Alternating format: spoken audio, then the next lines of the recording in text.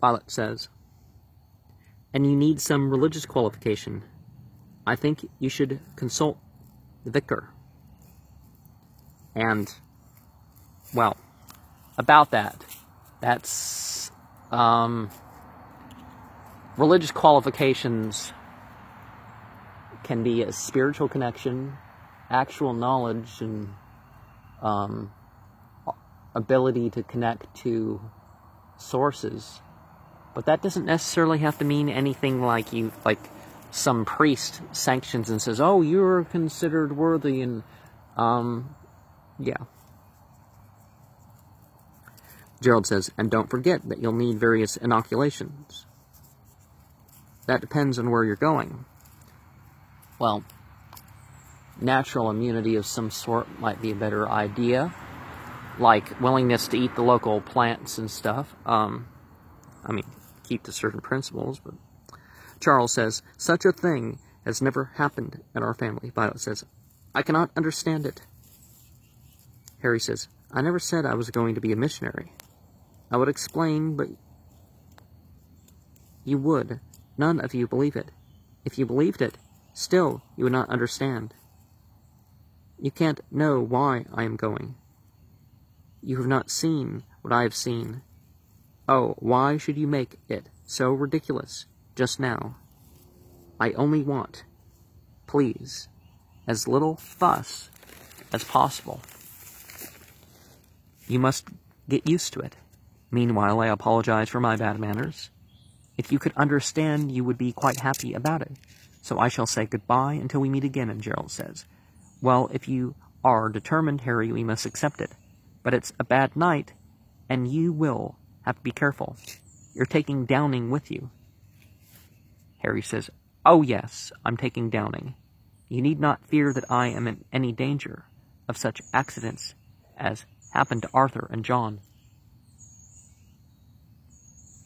Take care of them, my address, Mother. Will be care of the bank in London until you hear from me. Goodbye, Mother. Amy says, goodbye, Harry. Harry says, goodbye. Agatha says, goodbye. Harry, goodbye, Mary. Mary, goodbye, Harry. Take care of yourself. And Harry leaves. At my age, I only just begin to apprehend the truth about things too late to mend. And that is to be old. Nevertheless, I'm glad if I can come to know them.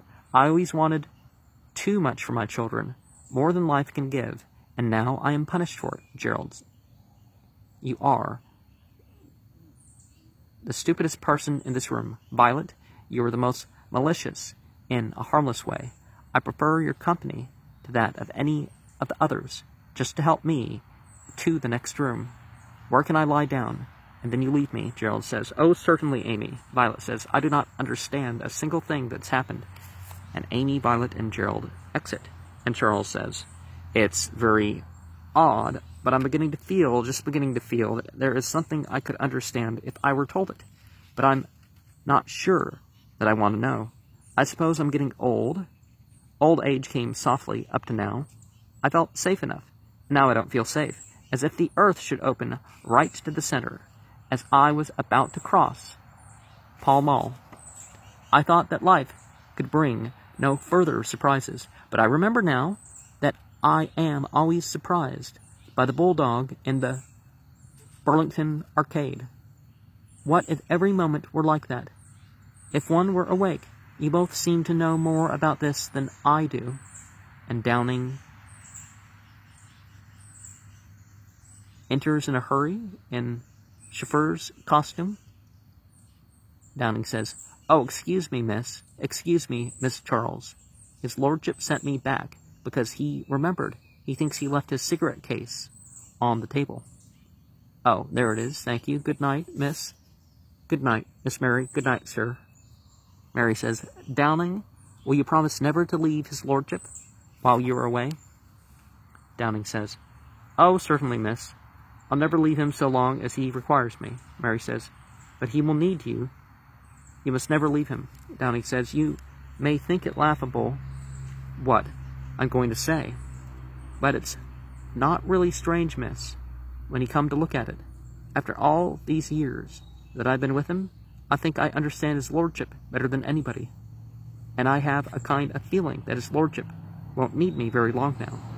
I can't give you any reasons, but to show you what I mean, though you'd hardly credit it, I've always said whatever happened to his lordship was just a kind of preparation for something else. Well, to have these experiences of beings that other people aren't seeing. I've no gift of language, but I'm sure of what I mean.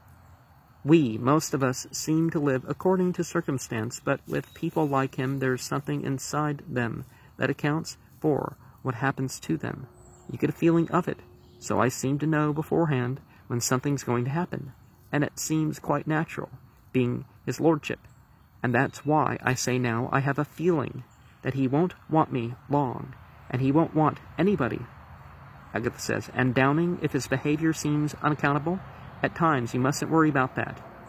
He's every bit as sane as you or I. He sees the world as clearly as you or I see it. It is only that he has seen a great deal more than that. And we have seen them too, Miss Mary and I. Downing says, I understand you, miss. And if I may say so, now that you've raised the subject, I am most relieved.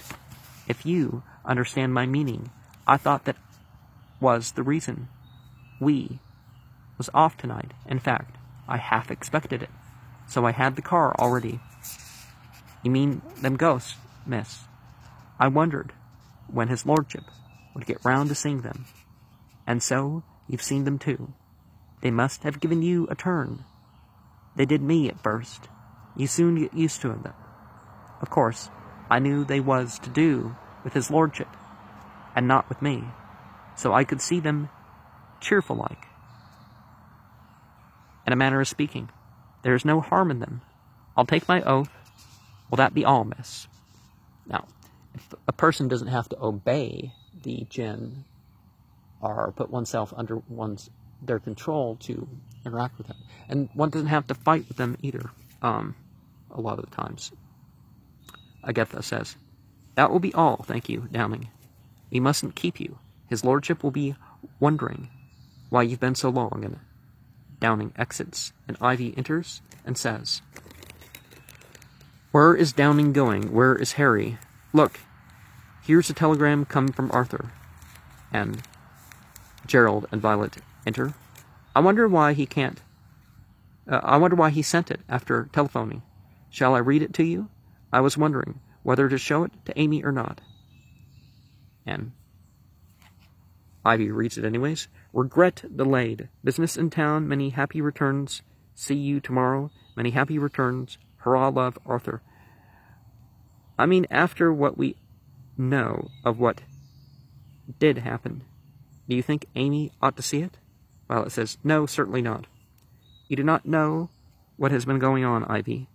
And if you did, you would not understand it. I do not understand, and so how could you? Amy is not well, and she is resting. Ivy says, oh, I'm sorry, but you can't explain? Why do you look all so peculiar? I think I might be allowed to know what has happened, Amy's voice says. Agatha, Mary, come. The clock has stopped in the dark. Agatha and Mary exit and pause, and Warburton enters.